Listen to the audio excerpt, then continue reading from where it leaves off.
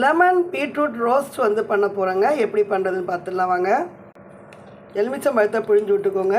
தேவையான உப்பு, மஞ்சத்தூள், இஞ்சி பூண்டு பேஸ்ட்டு, மிளகுத்தூள், சில்லி பவுடர் எல்லாம். இதை நாம் நல்லா என்ன செய்யணும், உப்பு காரம்லாம் அதில் வந்து பிடிக்கிற மாதிரி நல்லா ஊற வச்சு எடுத்துக்கணுங்க. டெய்லி பீட்ரூட்டில் வந்து பொரியல், கூட்டு இந்த மாதிரி பண்ணி கொடுத்தா குழந்தைங்களுக்கும் போர் அடிக்கும் இல்லையா?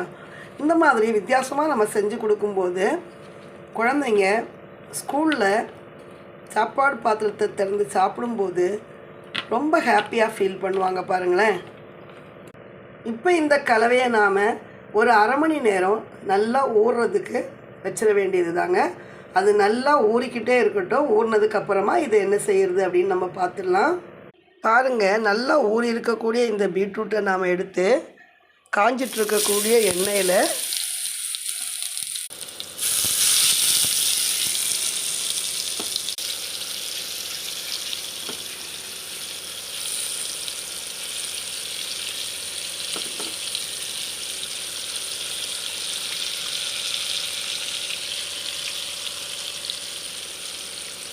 எல்லாம் ஒன் பை ஒன்னாக வச்சு நாம் திருப்பி போட்டு நல்லா வேக வச்சு திருப்பி போட்டு எடுக்கணுங்க. பாருங்கள் எவ்வளவு சூப்பராக வெந்துட்டுருக்கு அப்படின்னு சொல்லிட்டு. இந்த பீட்ரூட்டில் வந்து நமக்கு உங்களுக்கு தெரியும், நல்லா ஹீமோக்ளோபின் வந்து இல்லாதவங்க இந்த பீட்ரூட்டை வந்து நாம் அதிகமாக உணவில் சேர்த்துக்கணுங்க. குழந்தைகளுக்கு நீங்கள் அடிக்கடி பீட்ரூட்டை சேர்த்து கொடுத்துட்டே வந்தீங்க அப்படின்னா இரும்பு சத்து குழந்தைங்களுக்கு தேவையான அளவுக்கு கிடைக்கும்.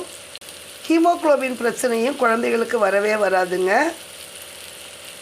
இப்போ இதை நாம் என்ன செய்யலாம், நல்லா திருப்பி விட்டுக்க வேண்டியது தான்.